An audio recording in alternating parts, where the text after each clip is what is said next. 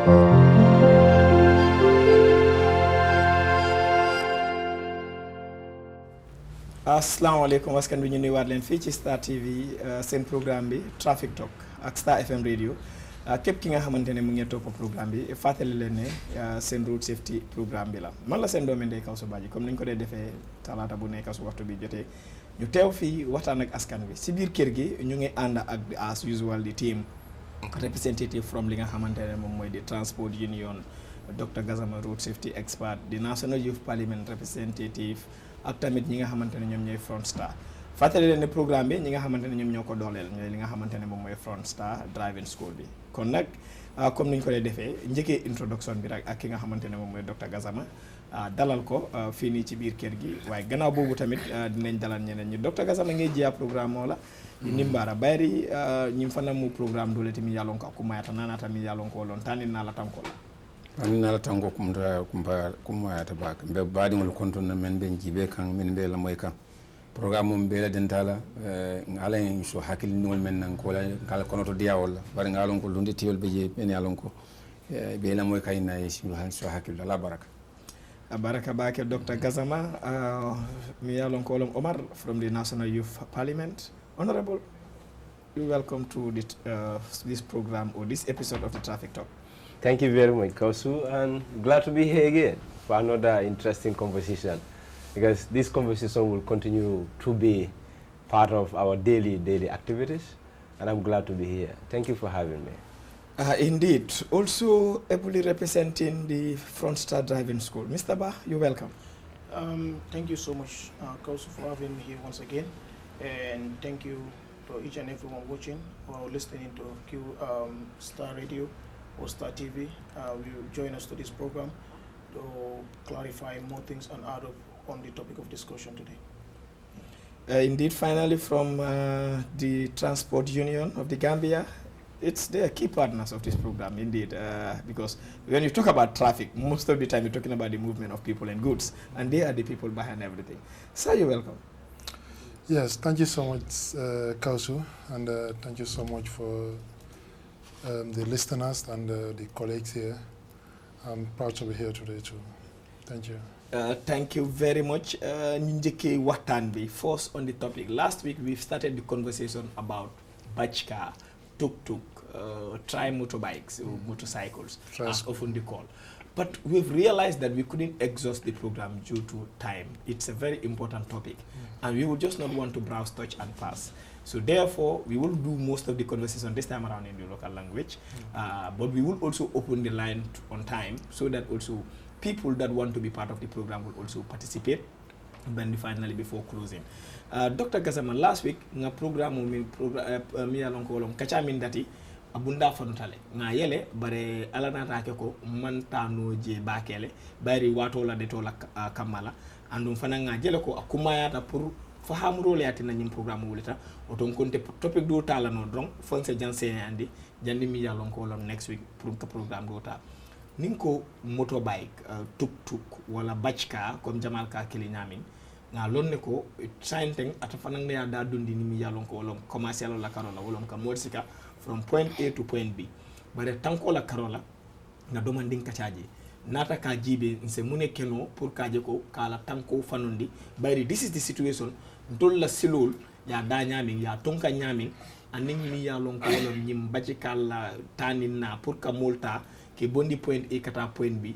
Nse mune keno bare long term plans ning wo fonse wo jibe but short term plans wolom ka tanko fanundi. What can be done se mune keno in local language doc? Baraka kacha bumda bala maten kumata baka bana ko nka men kacha walen silol men ke munafan silola nata kacha jindi putuputo masimal men yalan ko simfula bela ni sin saba bar ngama nga sin saba ta na kacha be dirin wala kan o sin saba men ko masimama ka sin saba la bala ala tanko silo la de saban sayno wala be dun ka silo kan bayri ni yaji be tul dalta menna na men ka saretoti na tan tul simfula sinani ani simfula jama masimmat masin sabata o mamme wonata yo ntol be men mutan nola be mem fo nola ko to wala lon nale me yitandi ñin sin saba masima sin sabotan ila tanko kenya ila bankol kan kisi sirole mun yitandi bayri abe dun kan janne aman siyawo nyama ba niaji be dol ka accident même fu ko accident banko dol kam me alon ñin putputolo ñin sin saba ni sin fula me masimal wala le accident ka siya dina sin nani talt ñin kama mun ya sabu ila siya kan silo kan ila sila ya ila siya kan silo kan ani silol fanan me itul fanan jiya yalon silo na te jiya la yon tolu amunta nga silole masima saban sai mun ke ngola masimal nata bay masimal fanan ni ame borla lain sinola bela absolutely ni man kayro so ka bori ita borla yon ni ata no sembo ditela ko yanta borla la andu nyanda pasasul fanan talal ha oto sai nyanta fere kelende atanko be amanke men ka borindi dammate silo tabe silo niyo bijele mun sikeno silolu kadu miyala ngam muta lonnal bul wala mu abe dulal men to liya baade ye para kama yele silo parenda kamale ya jele ko o dulalu itu litaran silo yola landi yola ye silo walan silo miyalon ko itul damal ka tawol o kuma da bake wo yayi tande kisi lale amina biri bankol men yo ko ila accident talata bake bar sain ni la silo man pare o kamadu do ko nata bayen to la silo ngaje ko seratol beje mol beje putputol beje trokola moto sifa be sin nani sin saba sin fula ibele kataji yo sain nin to man pare nyin kama sain to yanda munekala woto ko lonna le meita ni wala mu ni be nyin tankaro bunda iba kune wala mu iba yelelal yo ni ayele fudi jamala ba kono fudi folo wala mu silo la silo mun silo nyanda kala nyaaji la silo akumata bake men yalon ko nyim putputo siata je nyin sin saba borin la sin saba borin men ka bori sin saba la putputo wolte masim malting ye men ke wala mu ila silo ya de dala ko silo mun nyana ngoro na bake silo nyanda tilina la absolutely yo to kama silo kumata bake mune asabu wala mu ñinu kan iko ngoroji damen iko kof damen iko accident e problem ko sodo wolto bak mais alon ko silo men tilinta buka problem sodo bak bay sin sabale bel ani silo fana ne Kenya fana sako sama kon ni silo montota aka nama sin nani talbe kumbo kan sako sin sabadu absolutely yo wata kumata bak so silo la karola fen jamala bu kunna to lan si men landi cheros men si silo de da anyam pol fanan wala silo fanan me alango dinkan dingol beje hade ibe yalam jama nyin ni jibe fangi kam ma nyamen ko to bag ni dingo je ka jenkele be dunate be fint le be dunna fint dul fonka nale ka dum to flul tema bori ba ni teme le fam fele ndaw jibe si takin wala fam absolutely oto ko silo le kuma unto wo kaya wo mu birin sin nanam fufi sabala kuma da bag yo ni na da fam masima fa won le Kenya la men ka borinde fanan kuma da bag masima nyim fam mune ba kono sit belte je mi alon ko sifan sit no la nata ko karam mol ka du nyamen funta wala bala ye dunte ye findin kara dol alaman tankala moto mi alon ko sin nan bala ni mashi bo keda o ka jawya nyami sako mi alon ko sin saba anu da ngi ka fala da bare wonta dat and secondly ila distance min be sirin koma and in driver fana na sidula ka situation so ni soketa compression o ka kele mol ka nakele bake because moto fongole man space ba soto pour ka moto kanatigi so to kama ni wayat na ye loi nyanta sembo dila police lani men ka silul kanta ka jako bayri ni loi sonta ko nyanta passage hotel oto ko sain kulul nyanta kala jël ila bori nya ani ñu overloading be kay ñaaw ñam nyanta kanta la bak men fana ba kono isi hakiltu bak ni be borla ye singul tala wala ma tanim float. That's important. Honorable, it's very important.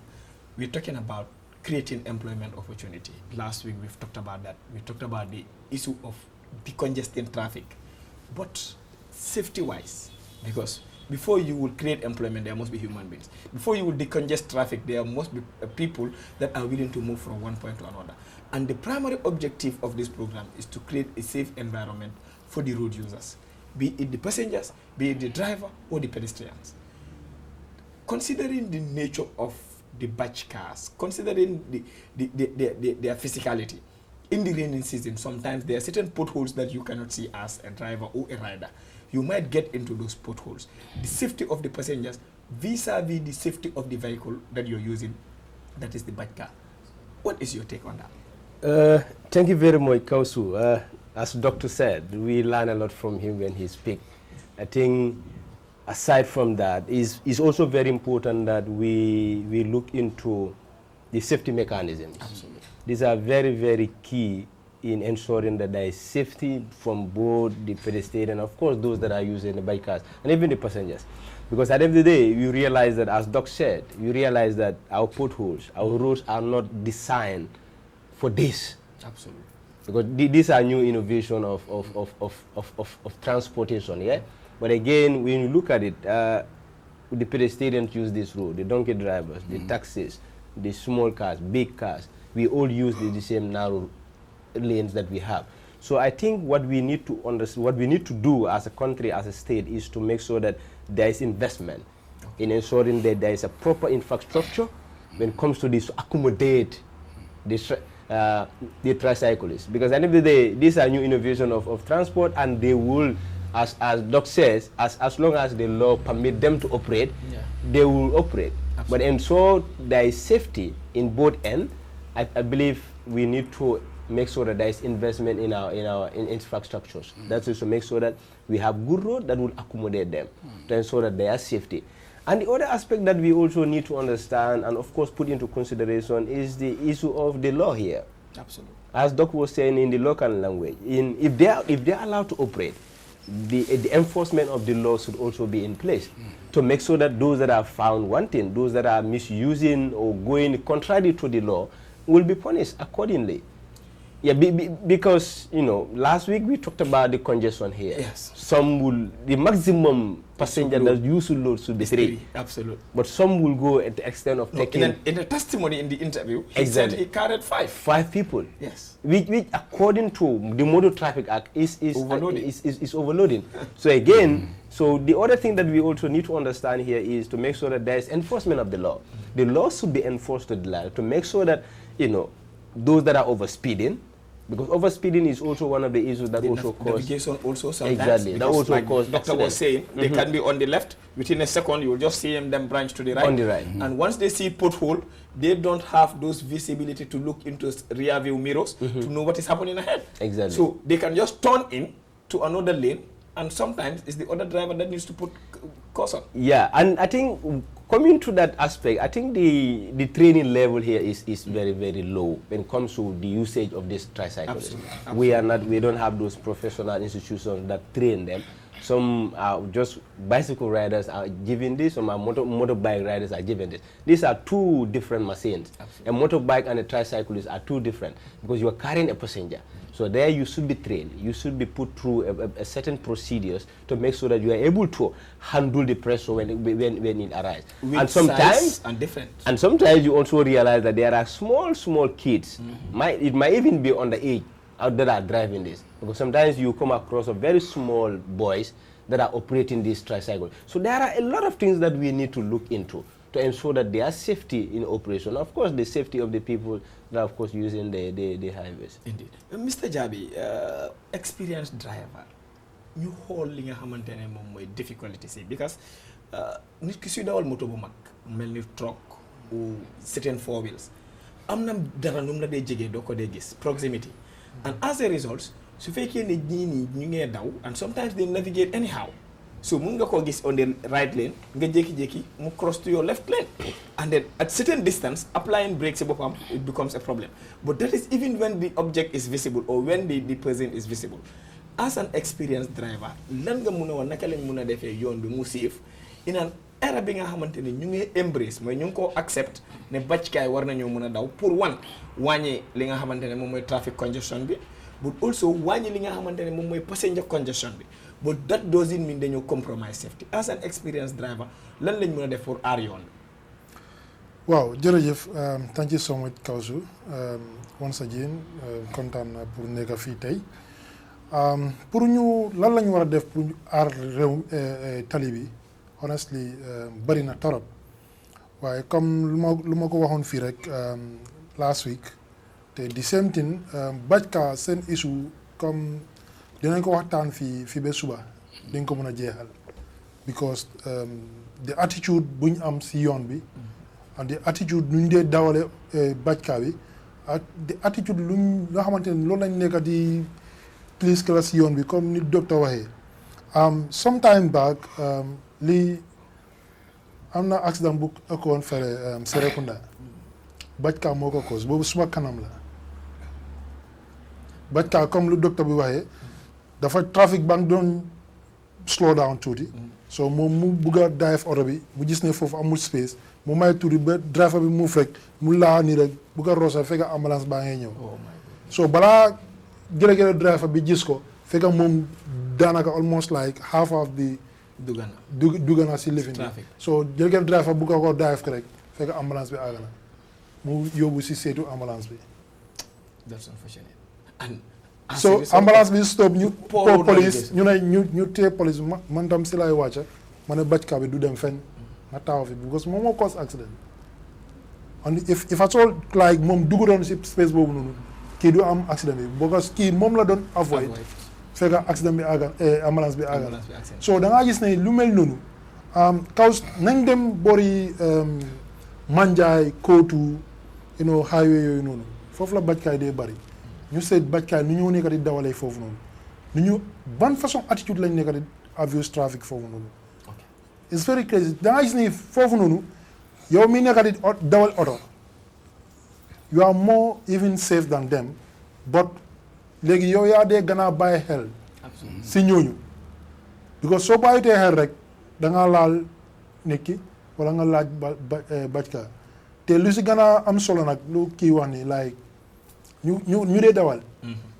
waaw keroog wax nañ loolu nun fi ñan ñoo dee dawal nii bajka bi it's important age wise is very important nationality is very important but ñu dee dawal lii time ni sax am na yeneen i Gambian boys ñu dee dugal state of consciousness ndaa yooyu noonu sax am nañ right pour dawal bajka with that age yoo xam ne sax mu du 13 or 14 years mu ngi dawal bajka soo waxee ñu ne like man am naa suma license so like ñun always dañ dee wax lii nii kaw su programme bi like pour ñu lan la ñu war a def pour arrêter suñu tali bi absolument moo tax dafa important trop léegi-léegi nga am police yi fii well we have written to them and because like normally they always make sure ne we write send them every topic bi nga xamante ne moom la very good waaye duñ ñëw because problème bi yëpp buñ nekk fi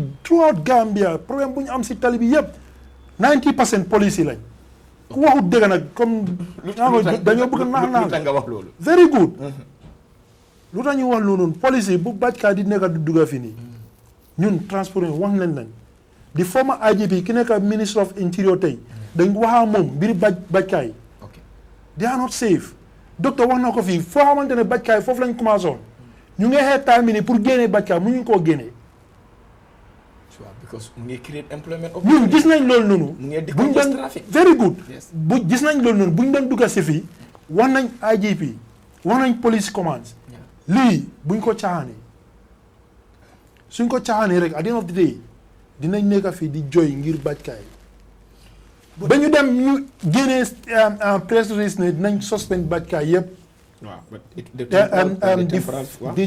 on the 1st January of 2023 nañ suspend bajkaay what comes from the command from the executive we don't know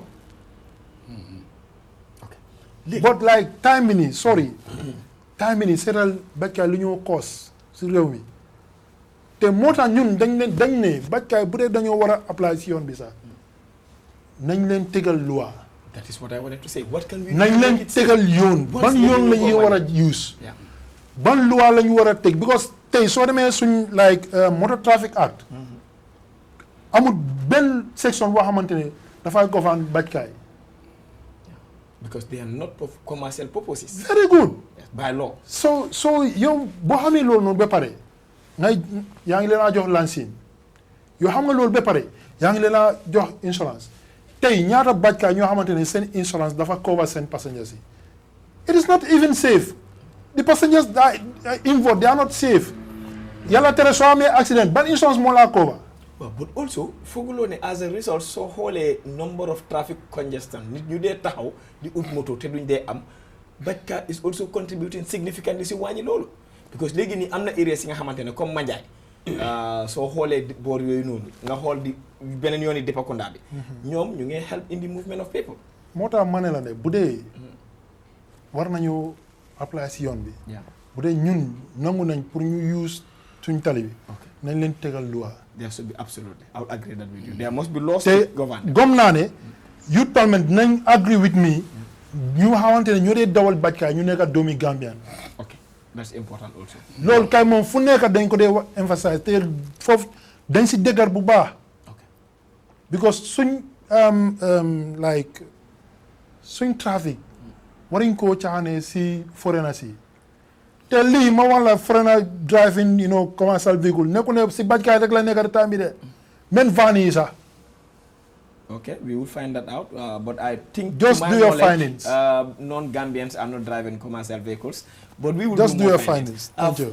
Ali, finally, baranyo ibi line si technical team bi mun ngeen ñoo bindal number bi su boobaa rek ñu bëgg a contribute ci programme bi they can call on the numbers to be part of the program. But that will be after the intervention from this front star. Fàttali yéen a ngi seetaan seen programme bi Traffic Talk man la seen doomi de kaw su baaji programme bi ñu ko dooleel mooy Front Star Driving School number 1 in the Gambia. Ali, gis nañ li nga xamante ne moom mooy the whole conversation about Bajka. It seems all of us are agreeing that the problem is a behavioral problem than an infrastructural problem. Because we cannot uproot it overnight. The nature of our roads, they could differ for the next 10 years to accommodate them or give them other spaces. What can be done is tolerance, but also good conduct, human conduct. In the sense that, yoon bi ñoom ñu ngi keep the maneuver on traffic. The traffic navigation rules are not respected by Bajka riders or drivers. Passenger capacity is not respected by Bajka riders or drivers. Speed limits are not there. Safety gears are not put into place. Si machine bi nga xamantene amut airbag, amut much things for protection in case of casualty. What is your take in that, and what can we do to make it safer for our own brothers and sisters? Thank you very much, Kausu. Yes. Foog naa laaj bi dafa am solo waaye ma tënk si lu nga xamante ne loolu lañ waxtaanee fii tey soo xoolee yëpp safety lañ wax waaye soo xoolee safety si boppam dafa am ñetti banxaas lu nga xamante ne ñoo ko umba moom si boppam foog naa docteur dina ma asoo ne ñu ngi ko tuddee di 3 E's yooyu ñoo umba safety yooyu bu si manqué rek problème am na. Number 1 bi moo nekk engineering soo déggee engineer moo nekk defarkati yoon bi mooy sooy defar yoon lu bari nga dee sóoraale dangaa sóoraale doxkat bi sóoraale ku war welo bi kuy dawar rider ak ñëpp dañ leen war a sóoraale si kaw yoon bi mooy engineering aspect bi waaye ñun gëm nañ ne engineering aspect bi dafa am problème ndax yoon yi buñ ko doon defar amuñ accommodation pour yeneen type of transport system especially Bajka yi pour benn problème am na beneen i bi moo nekk enforcement loi mu bokk si yu gën a am solo su fekkente ne sax engineering side bi nekkut fa waaye tolerance mun nañ koo am waaye tolerance soo ko amee tamit foog sarta tegu Absolutely. mooy loi yi nga xam i bi mu ne la enforcement yan ñoo ko yore By law is the Gambia Police Force. by the law is the Gambian Police Force ñoo war a enforce si lan si kaaraange nit ñi because government ak nguur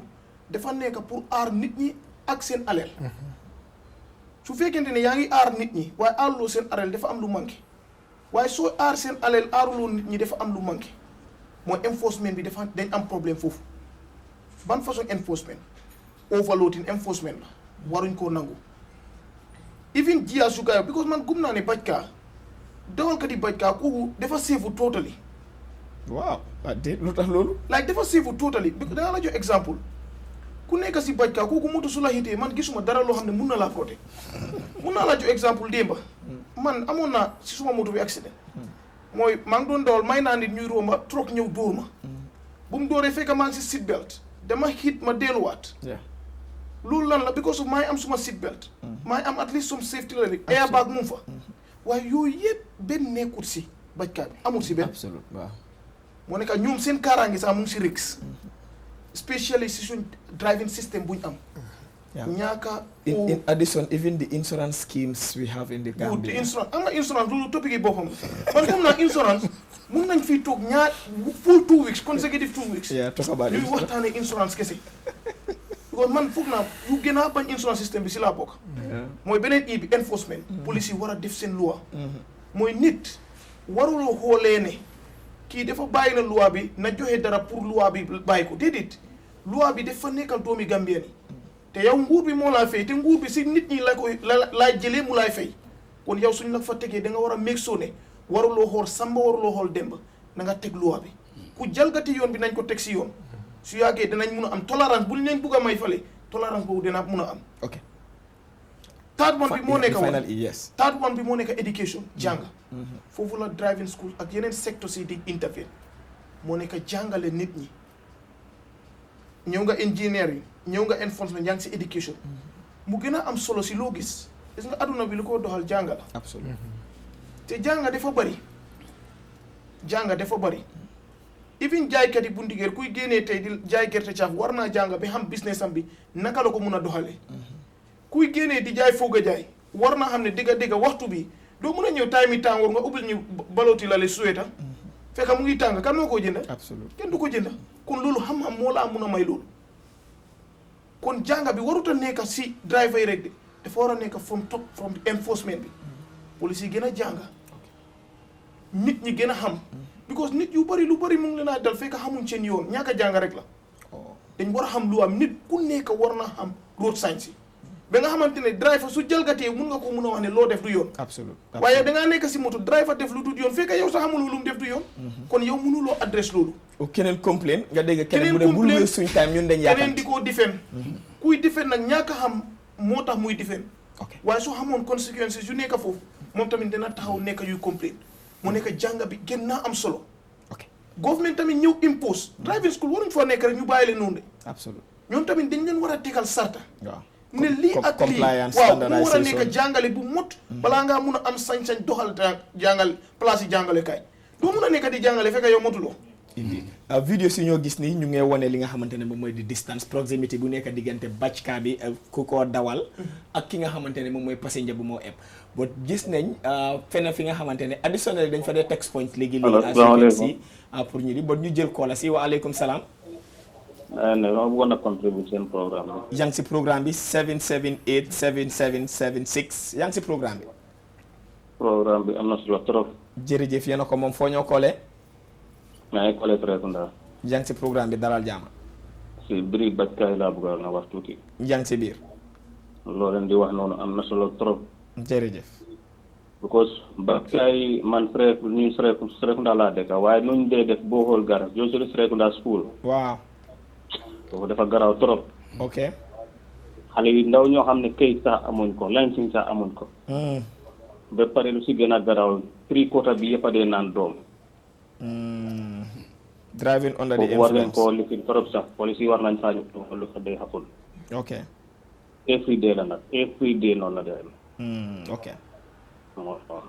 indeed loolu am na solo pour yow naka lañ mun a def pour gën a aar yoon bi because léegi nii ñoom it ñu ngi wàññi si ok kooku dem na yes kaw dama bëgg a ñëw si moom fànn bu mu wax tuuti waaw dem bëggoon a dugal docteur mu ñëw in Mandinka language then finally ñu dellu si waat si loolu bara ñoo am beneen koola docteur nka même foten imagine ken ni ngoy même foten a kumata bak ni ya korosi daji ko ye même foten sai ni moto fonan silo ni yobeje e ka putu men bore do fanan ni yobeje sai même fonan ka bore do fanan ni yobeje ni tebe ñu bore ni la man tare fambulu hani moto hani sinnano absolutely ngaje ko alcohol wala drugs londali kisi siro le witandile ila accident ika almost gladul from 25% aka me alon ko to le ka sabu accident do docteur so bagila ni mo ba na doloming wala be siraling ata tara fambulu absolutely ata concentrate no la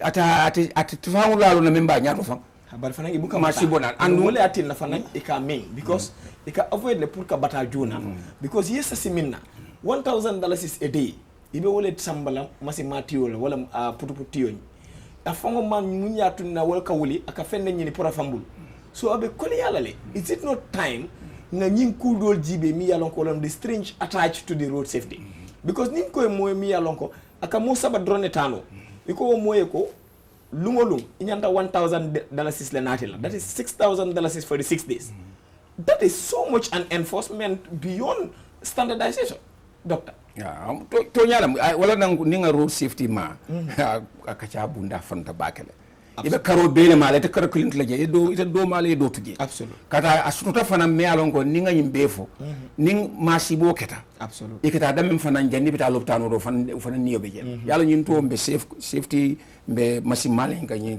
tricycle ko la fo ba niaji be akono fanuta bakele yo be même fola wala mu folo loi selbang sembo la kadu ni mu ya barindi ne isontala say mu ne be jentol belem men ka dunga kono ya je koy kuluri ba laje man sakunda police wala kul ba laje mi alon ko ni ya loi sang ye loi salang nyanta menkele ya kela ba ni ngi bulatem kadu ko ay même fotem ba ay même fotem sin saba itabe moto sil belte je fente je nako karam ni ndole ko fol be téléphone yes ni isi findino because ani speed ning bori ba ni sembo men kata dul bi je ba so da male katala sam abant so ni o keta fam do fo mo be busul la fam ni man tara blato mi alon ko je tentere wala asi ko tay absolute bayte helmet ko nda fende ko no bas da ma te fam mo nyanta hakil la bato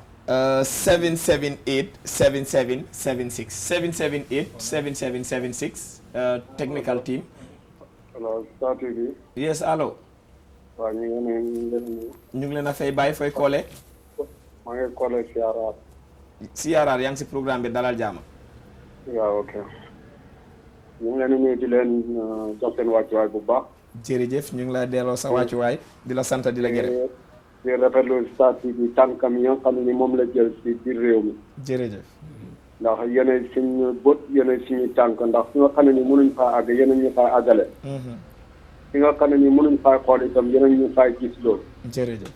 kon yéen amuñ lu dul jërëjëfal di ñaan yàlla yal na yàlla gën a yokk seen taxawaay. amiin yokk seen man-man. amiin. programme bi nag dëpp na di nekk na programme moo xam ne ni xanaa réew mi yëpp ko waroon di bàyyi xel. ndax li nga xam ne ni dafa jëm ci mbiru waruwaay te nit fu mooy mën a dem fu nekk rek waruwaay moo koy yóbbu. absolument. kon ñëpp war nañ ci di bàyyi xel su ko defee police bi xam lan mooy xam ci doomu aadama bi. doomu aadama bi xam lan mooy xam ci police bi. driver bi itam xam lan mooy raay itam ci kaw tali bi. macha allah police bi itam bu taseeg driver bi mu xam ban jumtuwaay la ko war a mën a def loolu ba nga xam ne dina ko teg ci yoon. am na solo. waaye boo gisee tey corruption bi gën a am doole. ñàkk waruwaay ñàkk matuwaay bi nga xam ne ni moom la government bi ñàkk. ñàkk matuwaay bi nga xam ne moom la government bi ñàkk. ak li nga xam ne ni moom lañu waroon a fay police bi pour moom itam mu mën a def li nga xam ne moo ko war ci diggante moom ak doomu aadama bi. manqué boobu moo tax léegi fi ñu toll nii lu bëree bëri di dem ci mbiri ci naka la corruption. jërëjëf waaye su fekkoon ne police bi nga xam ne ni moom la ko government waroon a fay moom la ko fay. jumtuwaay bi nga xam ne ni moom la waroon a am moom itam am na ko ba mu doy. lépp lu mooy def ci kaw tali bi ni ko noon computer yaa ngi jàkkaarloo moom ba xam ne du ñemee def lenn loo xam ne ni du wuteeg loi la. jërëjëf yow nga xam ne yow yaa yor sa rider wala yaa yor sa oto wala yaa yor li nga yor lu muy watuwaay bu mu mën a doon. police bi ñëw téye la nga war laay caaj loi bi war laay caaj nangam $1,000 wala $500 wala $200. nga yëkkati $100 jox ko police bi kon yow itam yaa ngi def loo xam ne ni ñàkk jumtuwaay moo leen dugal yéen ñaar ñëpp ci loolu. jërëjëf kon government moo war a taxawaay bu nga xam ne ni dana dimbale askan wi.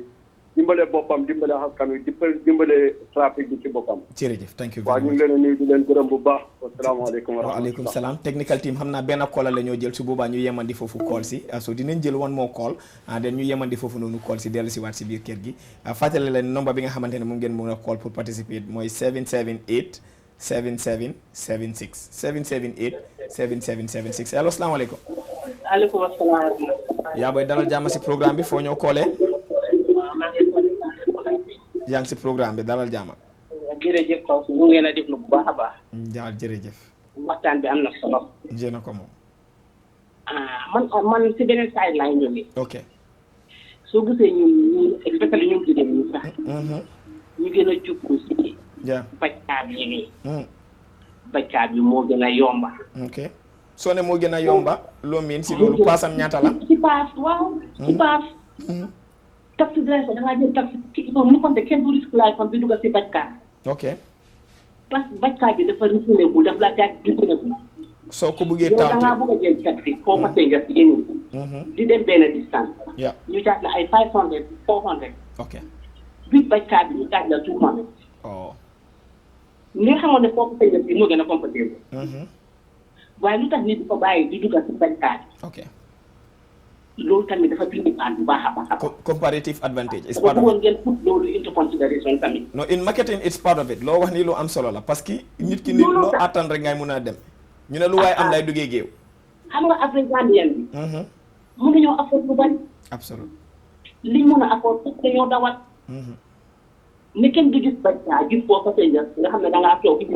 dem di dugal bajkaa ok waaye li ñoo dugal ci bajkaa bi lii la ok man as an exemple lii moo maa dugal ci bajkaa ok yow taxi driver bi da nga ko gis mu caat la foo xam loo xam ne lu bari nga dem ci bajkaa bi mu caat la 150 ok so obviously foofu ngaa dawal absolutely because loo yëg boo am bi fa la toolu loolu tamit dama bëgg ngeen put ko into consideration indeed foog moo naa ne tax ci ñëpp ñu nekk ngi ni taxi déglu driver fu mu taxaw bajkaa ok taxi driver bi du dem bajkaa bi mooy dem ok lii moo ci nekk ok xam naa ne jërëjëf dinañ gën a yaatal we really wanted to stop this bajka issue this waxtaan week bi am na waaye jërëjëf kontaan nañ si torop bëggoon nañ koo yemandi si this week waaye we will endeavor to extend it so that we would because try on nañ pour am seen representative but dinañ joxe suma number bi below si after programme bi képp ki nga xamante ne you either part of the association if there is any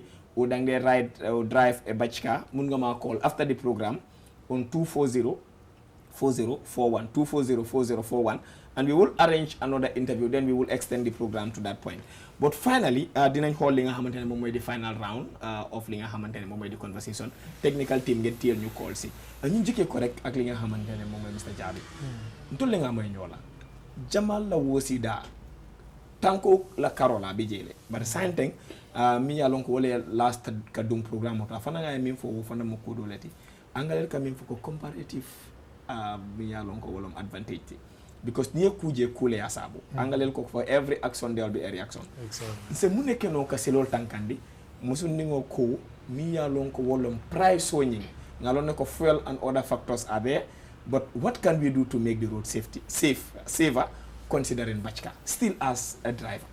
Yes, thank you so much. Kausu muso no nyina karobe da robaga. But like nina ta ya jibe nka safety le faja. Ha de. Mafu min soneata. Ha. Nko safety. Ha wolam tanko be min. Wolam tanko mi tanko soro. Anu bi taxi le tanko soro dan bajkade. Mobe ra agrito la. And nina ta ya jibe fana ka dadia min fo even ate like town triple la side level. Million ko town triple. But ni na rafa even million ko ke bori transport fare attending. But kala da soneada. Because the reason lal million ko taxi ko bori $13. Nim baj kal charge itel ko bori $10. Okay. So what $3 only? Passenger jama prefer ko ngana $3 only keep ma $10 so joe. Okay. But more doesn't care ko safety more they don't care about that. Okay. And also nina rafan like glam ya lonko bajka e $200 janiji fuelo alongo taxi be $400 jan la jere approximately. Okay. Understand? Because like motor e kamin consume original ni e man killing. Yeah. So near compare taxi kamin consume aning bajka kamin consume e man ke kilonti. E jam fara nyola bakele. So wala na sometimes bajka dabo sonala taxi. But coming for jam pour gameno ya understand ko ma for coming da kolyani but jumale safeta and eta kilano blara nyim bajka la kono fine ada sonatale I charge 200 la taxi charge 500 la but fine aka ikata nyaming ikata daming yefuta je kairo kono wala fisha anin tanko kono wala fisha ye 200 rojo yeta iman tanko soro. Okay, we will look at it from another angle as an ordinary passenger.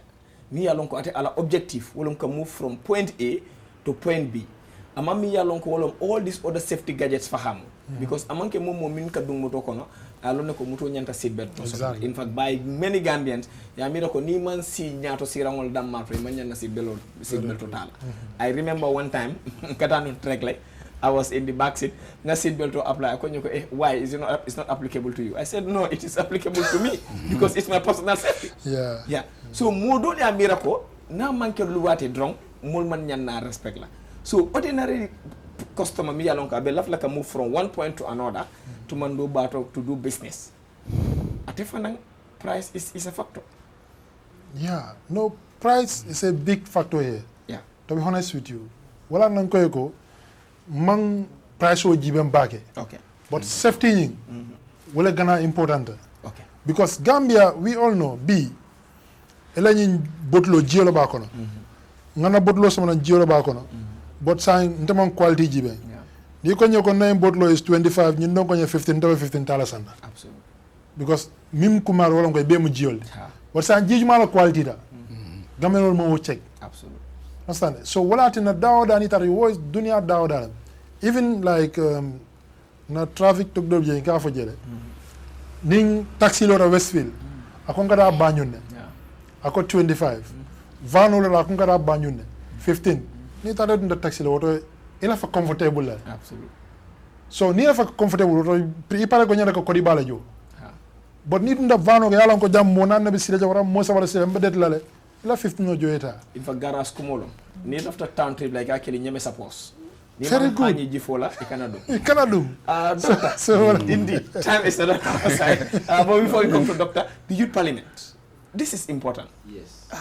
Women, you heard the last caller what he said, but also safety wise, because in as much as yes, we want our mothers to move from one point to another at a reasonable price, but we want them to move safely, because also medical treatment is more expensive than the cost of transport. So let's put those things into consideration, and then safety is next to none. All right, thank you so much. Since it's a new innovation of transport, we will say, of course, we will accommodate bike car, we will embrace them, and because since the law permit them to operate, and we will of course say yes, they will operate. But again, something that also need to be considered here, that's the safety, as Noah has said. This should be the key message here that we all need to emphasize, because at the end of the day, it's our own people that are using these tricyclists. Absolutely. It's our own people that are on the highways going. So we want to make sure that there is safety here. And how do we ensure that safety is achieved? Is to make sure that there are enforcements, as Adu said. Enforcement here are very key to ensure that those that are operating the bike cars are properly trained, and of course are also within the age. Yeah. You cannot be operating a transport machine, transporting people from one destination to another when you are at less than 18 years. No, it's not acceptable. Funnily enough, apart from bicycle, which is pedal bike, any other form of motorized that has a motor to power it, a person who should use it must be within the ages of 18 and above. Why? Because by law, it's only a licensed person who should drive those things. And the age for one to be qualified to be licensed is 18 years, because that is the age of consent. Absolutely. So these are things that under ages are no-go areas. But doctor mentioned something. Conscious driving, status, the state of the driver. Yeah, we will come into that. Yes. This is one aspect of it. So we want to ensure that at least as an institution that advocate for rights of young people and of course their welfare, we also want to ensure that at least those that are also operating these tricycles are also within the age. You cannot use kids, using for these purposes. It's not acceptable. Absolutely. And the other thing that we also need to look into is the usage of drugs, As some said, there are people that are using the drug and drive. It's against the Motor Traffic Act. Absolutely. And And these are issues that of course need to be looked into. You cannot be driving, transporting people when you yourself, you are not even within yourself. As people say. So I think these are issues that we need to look into. And the other aspect that I said earlier on is our the issue of our roads. Yeah. They are not properly designed to accommodate these people. Absolutely. These are new innovation, and the infrastructural design came after way before we have these tricyclists. So the government has a role to play in this, to ensure that there are roads that are meant for these people. And the other aspect that we also want to look into is the issue of foreigners here, of using our transport system. As per the law of this country, they are not meant to operate in this country. So as an institution as commercial drivers, as institution that of course advocate for good governance and best practices, we also want to affirm our position in that aspect. Yeah, because these are young people. Of course, we understand they are young people, but what the law said is what we should go by. Unless and until there is an amendment of this act, we will stand by this. So I think the overall thing here that we need to understand, as Aliu said, part of the other E is the education here. Absolutely. It's very essential, because we need to be educated. We need to understand what are issues that are governing transport system, both the driver and of course the pedestrian. Because at the end of the day, once we don't have that education, we don't have that understanding, we will of course always complain. We have 6 more minutes to go. You're reminded that you're watching Star TV and listening to Star FM Radio. Your program, Traffic Talk, fully sponsored by Front Star Driving School, #1 in the Gambia. Dr. Gassama, finally we have 6 more minutes to go. Road safety, everybody's concerned, like you often say. Tuk-tuk, motorbike, batch cars, almost a topic we thought we could have finished in 2 weeks, but we didn't. Still on the safetiness of batch cars or tuk-tuk. Finally, what can we do as key checkpoints that probably, if we follow them, batch car riders or drivers, together with their passengers and pedestrians, with also other drivers, will feel safe and secure? What can be done as a short-term solution? Excellent. You know, I think what is important in there has to be a system in place that will monitor, thoroughly monitor. We don't want to leave it like this, since it's acceptable by law, I don't know. But if that is the case, we have to also monitor them. Monitoring them means check police, like any other vehicle, they must set eyes on them. Absolutely. Because they are very risky, because the way they are designed, they are very risky.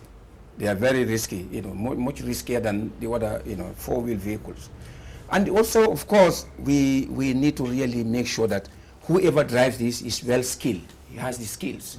That training, as I said, Aliu, your front driving school is here, and many others. So they need to be trained before license. They need to be trained, make sure that they know the rules and regulations on the road before they are given license. So a lot of things go around it. Now, going back to a long-term thing, and that's why road safety globally, they are saying we have to governments to introduce what we call efficient transport system. Okay. And that's why if you look at that lady who is saying, because he's now talking about affordability. Yes. You see, if you have the answer to that is you have to have an efficient transport system. Look at Europe. They have more cars but less accidents. Absolutely. Very few deaths. Why? Because they have an efficient transport system. Like any Southeast Asia or other places, they have low death rates because they have a system in place where definitely the vehicles themselves, there are options for people. Affordability is all counted. Like the bus system is very regular. Why do I need? Because you don't need to have everybody needs to. We don't need to. All of us don't have to drive. All of us don't need a car. All we need is an efficient system where if I need a car, if I need a vehicle to move quickly, I'll get it. And also affordability, accessibility. These are the three. Absolutely. Once you are able to remedy this, no problem. Indeed. This is very important. Finally, Mr. Ba, indeed, we talked about road safety, but Front Star Driving School has significantly and continued to play a significant role when it comes to competence in driving, more specifically with new drivers. we want you to take 2 minutes to share with us briefly about Front Star Driving School, and also your vision towards how would you contribute in training people that are using batch cars, so that, one, like we said last week, traffic rules are unique. They are one, regardless of whatever you're using. Be it a pedal bike, be it a motorbike, be it even pedestrians. But your expertise as an institution, to how much can you shape the understanding of traffic rules for batch car riders? But first, about Front Star. Yeah, I think, as I always say, Front Star came in to intervene, to make sure that they bring in professionalism, especially in the transport system, from driver education to having professional drivers. And this thing can only be done by training them in various aspects. It's not all about like how to ride or how to drive the car. It is far beyond that. Like when you look at the component of driving, moving the car is just a component, but not actually the whole thing you need to know when it comes to driving. Why I say that bike car or whether tuk-tuk or whatever is the same road sign, because we are using the same road. You understand? Now we don't have any separate road for them. We are trying to compromise the road that we have to make sure that motorcyclists, bicyclists, cars and bike cars, they can all use the same road. So it's like we are all using the same road signs. So each and every one of us should adhere to them. So as an institution, we will try to come up with this initiative to make sure that we reach out to them as well. We will play our quota on this, because this is a national thing. When the Gambians people are safe, it's like everybody is safe. Absolutely. And when the safety of the Gambians is our priority as an institution, we are not looking for anything that come in to enhance the transport system, and we believe that people need to be educated. We will find ways to make sure we get into educating, because it is fundamental. Education is the key.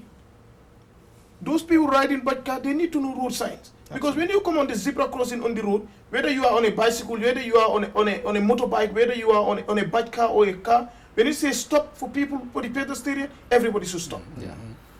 So the one on the bike car should also know that he should stop. When you say a maximum speed of 40, you should not run above 40. But you cannot have a bike car running 60. So rule for one is rule for all. Absolutely. So as an institution, I think these are things that we are coming to bring in. After our last program, we already have an administration discussion to see how best we can get in to make sure that this education goes around. It is very important. And what I always say is that this is a collective responsibility. Others are complaining about fare, but their safety is more important. Yeah, safety is key. Safety is key. It's fundamental. Indeed. How much we say it is? If you think that health is expensive, just try. When try to be sick and see, you will know that health is not expensive. Indeed, they say wealth can't buy health. Wealth can buy health. Yeah. So as an institution, we are here for the Gambians, and our doors are open. Recently, we introduced a refresher course, where you know that it's not about the individual who do not ride, who cannot drive, but even those people who can already drive, how best they can come up to refresh themselves. Especially the introduction of new roads that we have, where you know that now you go to government or NGOs, where you will have everybody in that institution will have the opportunity for capacity building training. Absolutely. Where drivers will be sitting there for 2-3 years. You will never have such. We believe that it is fundamental for them also to go through a capacity building. Absolutely. To raise their knowledge, to raise their awareness, because learning never stops as far as you are living.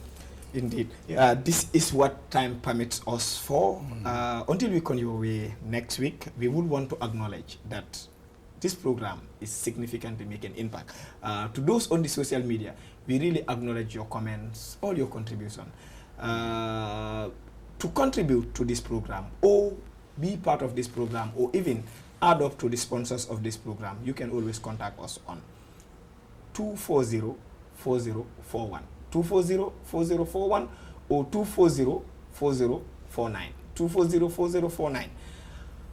We thank the technical team, thank the team of panelists, ably representative here by the National Youth Parliament, Omar, the Transport Union, Mr. Jabi, Dr. Gazama, a partner on road safety, but also someone that we always look up to learn from. Mr. Ba from the Front Star Driving School. The technical team headed by Aliu and Mr. Ba, we thank you so much. Lila ñu waxtu may until we come your way next week. Drive safe and please be conscious as you are driving. Jërëjëf.